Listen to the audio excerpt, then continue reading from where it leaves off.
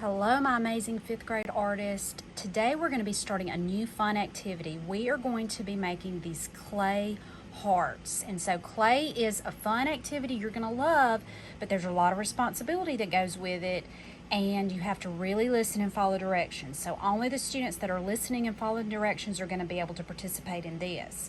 So we're going to make these heart hangers. These are going to be clay coil hearts. So there's going to be lots of coils involved.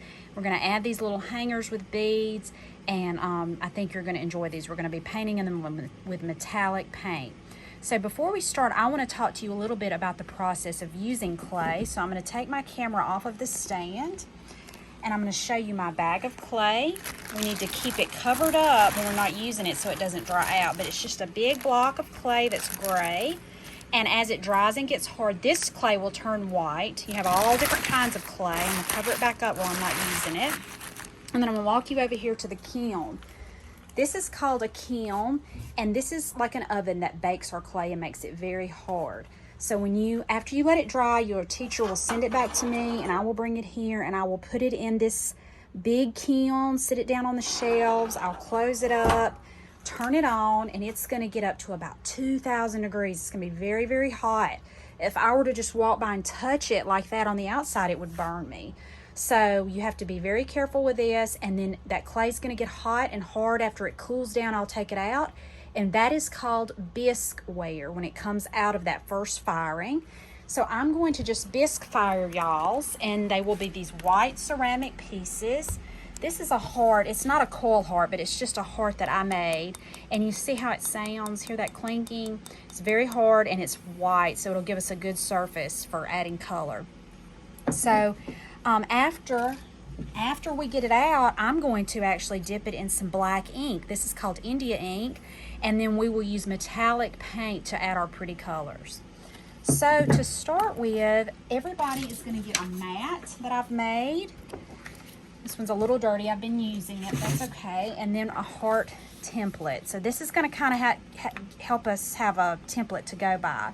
So your teacher can just have some pieces, some big blocks of clay sitting in the middle of the table, and you can just pinch some off as you need it.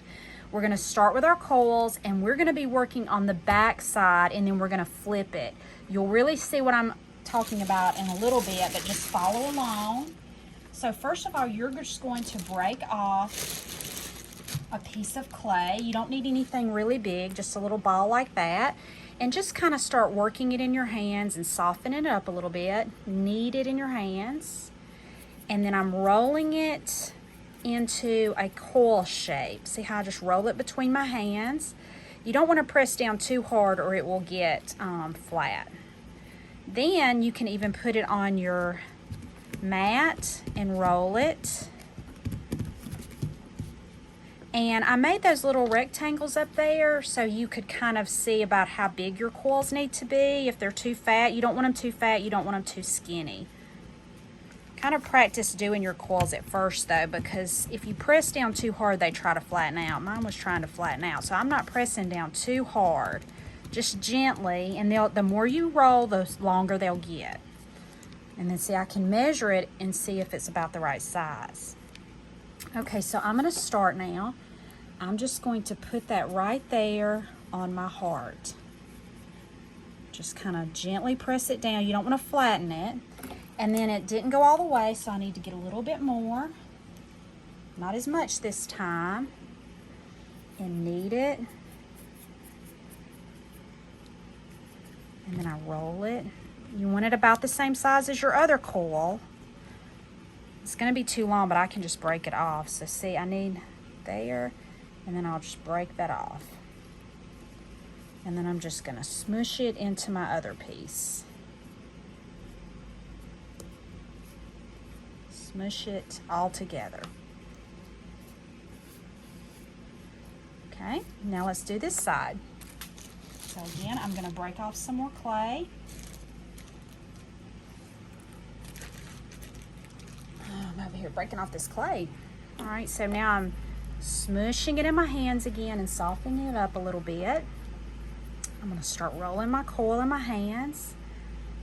If it tries to flatten out on you, just work with it until you get it back to a round shape. Teachers Just make sure that in between uses you are keeping your clay covered and sealed as good as possible, because it will try to dry out.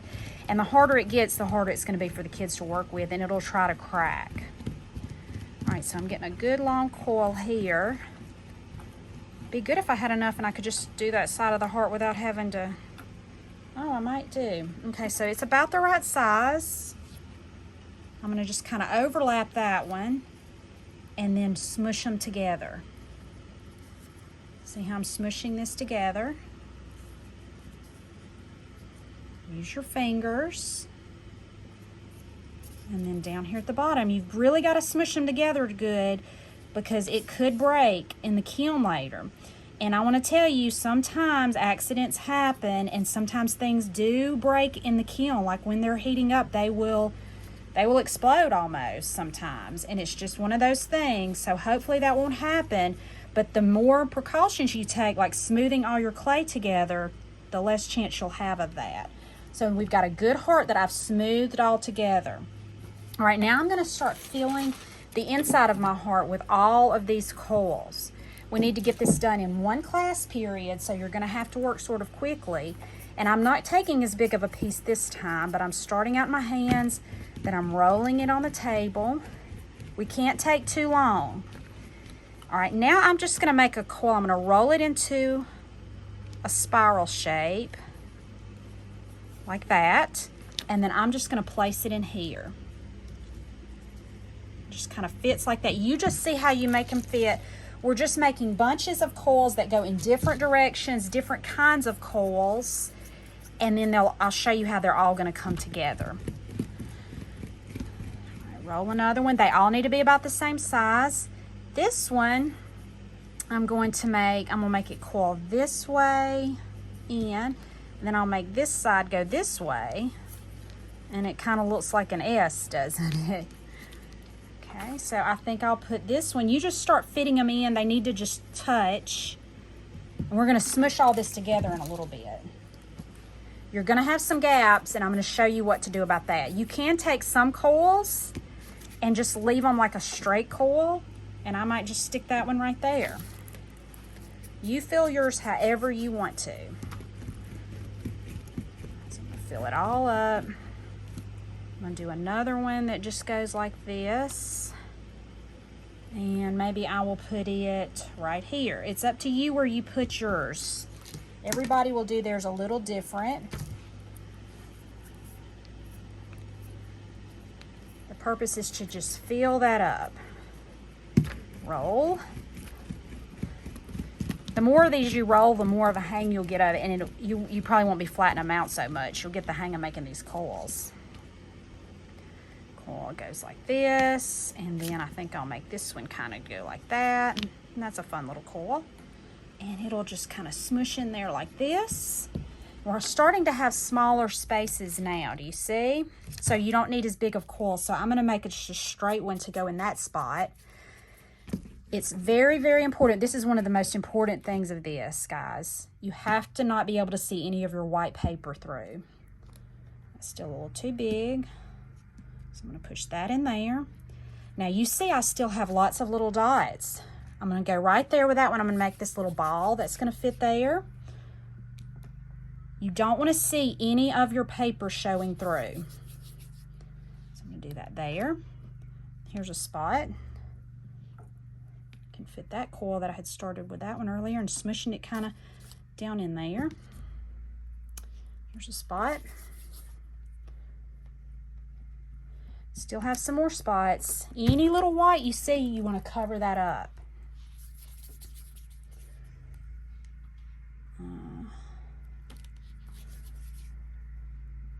Here, here, and I'm still seeing a few bigger ones. Here, okay. I still see a couple there. I'll just put this little piece here. Little piece there and there. Now, I really don't see any more of my white showing through. Now we're going to smush it together with our fingers. So we're just smushing the clay. Now this, you may be thinking, oh no, my pretty design's going away, but you're going to see it because this is the back. We're going to flip it over in a minute.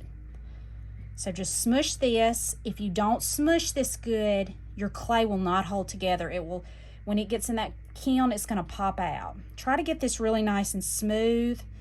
Try not to use a lot of water though. I'm just doing this dry because water can make a big muddy mess. And I know your teachers don't want that. And you could really make your heart not turn out good. So I'm just gonna get this as smooth as I can with my fingers. Okay, next step is gonna be to write our names on the back, because when they go in the kiln, I won't know whose is whose. I'll just stack them in there, and so you need your name on it so you know. Okay, so I've gotten that about as smooth as I think I can get it. And I'm gonna take one of these stylus sticks and I'm gonna write my name real gentle. If you push down too hard, it's gonna kind of get messy. I'm gonna put Tracy. My name is Miss Tracy Knock. And then it has those little places that kind of stick up. You can just kind of push them down with your fingers so there won't be little sharp places that stick up. Okay, now for the fun part. Now teachers, you may want to do this. It's up to you. You're going to pick it up, peel it off, and look what you get. Isn't that neat? So you still see your design. You may have a few little places that you need to go back in and kind of smooth out on the front. All right, what I'm gonna do next is create a little design around the outside border of my heart. So I'm gonna take a popsicle stick and I'm just gonna kind of push in, just going around the edges. I forgot to do this on my examples I made, and I really think this just gives it a little bit extra. So use the side of your popsicle stick to go around making these little lines.